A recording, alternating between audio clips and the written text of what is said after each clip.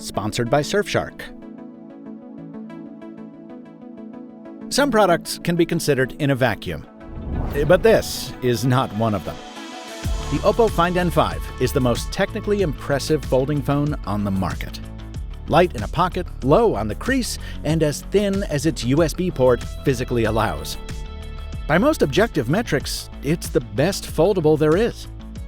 And yet, it's also a symbol of a product category whose prices remain stubbornly high, while its adoption stays fairly low. That's led some folks, rightly, to ask if book-type foldables have peaked, and others to wonder if they're cooked. And while I sincerely hope that's not true, we know from hard experience that being the best at something doesn't always mean you win. The upshot is that this is an outstanding product that nevertheless may not have a place in the modern world. I spent a month with the Oppo Find N5, during which I tested its cameras with a visit to another technological marvel that was ahead of its time.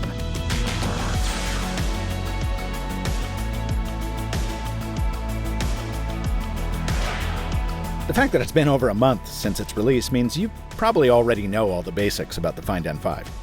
Yes, it really is as thin as you've heard, and as I've said before, that matters on foldables more than any other phone, for obvious reasons. It's not just that it's sleeker than the Samsung Fold 6 that currently leads the segment. When it's closed, it really does just feel like a normal, large-screen Android phone. Now listen, these feats of dimensional diminishment should always sound an alarm bell, should always make you ask, okay, what did Oppo have to eliminate in order to achieve this? My first guess went to the ringer switch. No way there's enough room for the...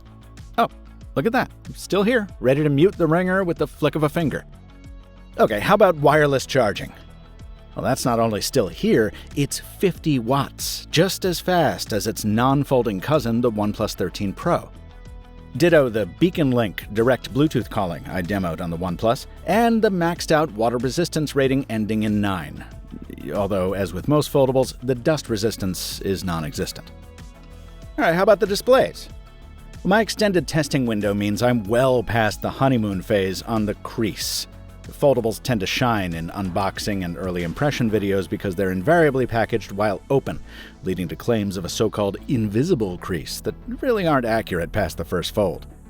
But even after a month of wear-in, probably close to 1,000 open-close cycles later, this crease is still only a distraction if you're looking at it off-angle, or frankly, you're just looking for a reason to complain. The displays give you no other reasons to do so either. The 6.6-inch outer panel carries the same aspect ratio of a standard smartphone, so there's no learning curve either for you or your apps, some of which may not run as well on that inner 8.1-inch screen.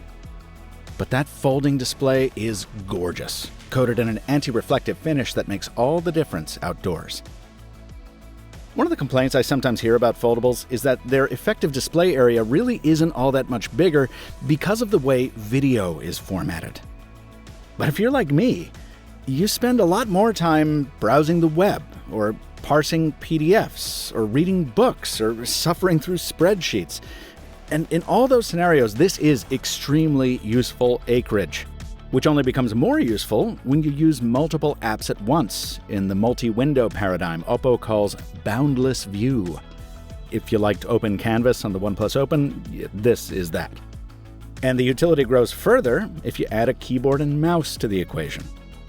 Oppo also has some remote desktop software bundled in called O Plus Connect. Frankly, I don't think I'd find much use for it, but it's there if you want it. So yeah, foldables are substantially more useful as productivity tools than typical phones. And even if video is a thing you do so often that this is a big deal, foldables are their own kickstand for watching videos. You can even browse the comments while keeping the video full size. So I'm tired of this letterbox argument as a reason not to buy them. Battery life, though, well, that's something foldables have often struggled with. And the Oppo Find N5... Wait. Oh, no, it turns out it's good at that too. Yep, when it comes to smartphone batteries, silicon carbon sure seems to be the lithium-ion of a new generation. In 2025, it's common for a phone to last all day. But 21 hours of use? 8 of those with the screen on? On the thinnest foldable ever? I wouldn't believe it if I hadn't taken the screenshots myself. And I didn't go easy on it either, with lots of audio streaming to Bluetooth buds every day, and it was paired with the OnePlus Watch 3 for the entire month-long review period. In fact, the only way I could find to kill the N5 in one day was to take it on a road trip from Brooklyn to Baltimore. That's a 3-hour drive, which I did with the screen on and Google Maps active, alongside Pocket Casts playing over Bluetooth the entire time. When I arrived in the charm city, I shot photos and videos for 2 hours straight, immediately after which the phone finally took a well-deserved rest. My subject for that battery-draining Baltimore bonanza is more than just a photographic playground of mid-century delights. It's a true piece of history. This is the NS Savannah, the only nuclear-powered commercial vessel the United States ever built, decommissioned since 1970. Let's fully switch over to the phone's cameras now for the camera test. And just a heads up, I did use Oppo's and Hasselblad's color tone filters throughout my tour. The Savannah was launched in 1959 as a floating showcase for the Atoms for Peace initiative, the goal of which was to find applications for nuclear power beyond weapons. Instead of burning fuel oil, as did many ships then and now, Savannah was powered by a nuclear reactor with enough uranium to let her circle the Earth 14 times before refueling. That reactor has since been removed, and I had the rare privilege of being able to take the Find N5 inside the containment vessel that once protected the reactor from damage in the event of a collision and protected the passengers and crew from it while it operated. Brief note on the camera, these darker below-deck settings are a potent showcase of the phone's one true disappointment, the 8-megapixel ultra-wide camera, which underperforms in all but the brightest situations. For all her mid-century beauty and cutting-edge creature comforts like air conditioning and radar range, that's a microwave oven, Savannah was defined by her atomic power.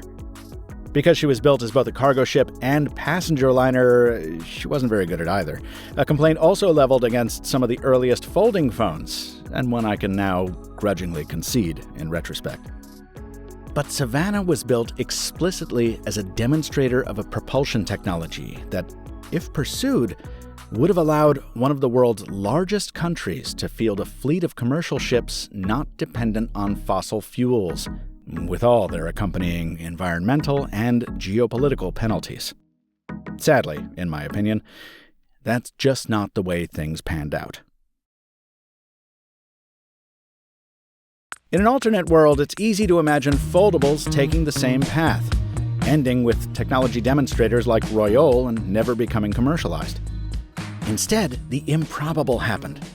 Foldables evolved into consumer products, and just 5 years after Samsung and Motorola kicked off the category, the Oppo Find N5 isn't just good for a foldable. It's a more powerful, more useful phone than any of the usual suspects that I see littering bar tops and cafe tables. And yet, like the Savannah, it feels stillborn, because it still costs the equivalent of $1,865 which 5 years into this category's evolution is just insane. And you better be prepared to do the conversion math and importing yourself, because unlike prior years, there's no OnePlus branded US version to bring the price down and smooth out the odd rough software edges. This thing isn't even coming to Europe, calling into question what Oppo thinks a global release actually means. Oh, but not to worry. Instead, they're going to bring the Reno 13 series to Europe with, quote, cutting-edge AI features. Wonderful. Just what people want and need. Is a great phone truly great if you can't easily buy it? Of course, and I recommend the Find N5 without hesitation. But with pricing and availability like this, it'll never be anything more than a curiosity. Won't ever bring the pressure needed for incumbents like Samsung to innovate more quickly. The lesson I'm forced to take from this is that the foldables I thought would revolutionize a stale industry might instead end up a minor footnote. Maybe someday I'll open a foldable museum, So a half-century from now, people can look back and wonder why companies poured money into environmentally damaging hallucination engines of dubious worth, instead of hardware that actually opened up new possibilities for the end user.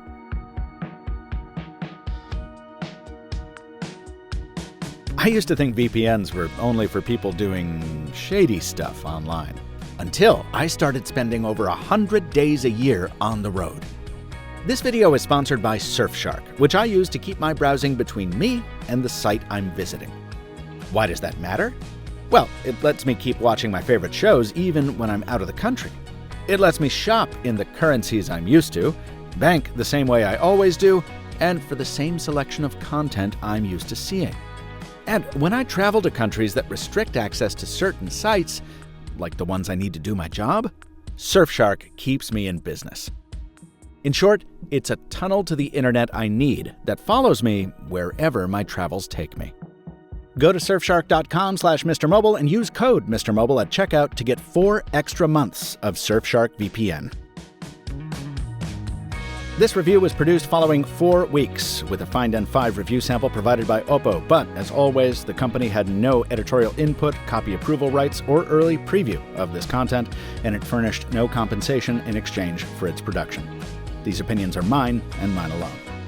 If you'd like to learn more about the story of the NS Savannah, which is currently searching for a permanent home, check out the websites I will link in the description and an excellent video by Mustard, which I will also link here. Great stuff. Until next time, from Michael Fisher, Captain Two Phones on all the socials, thanks for watching. And stay mobile, my friends.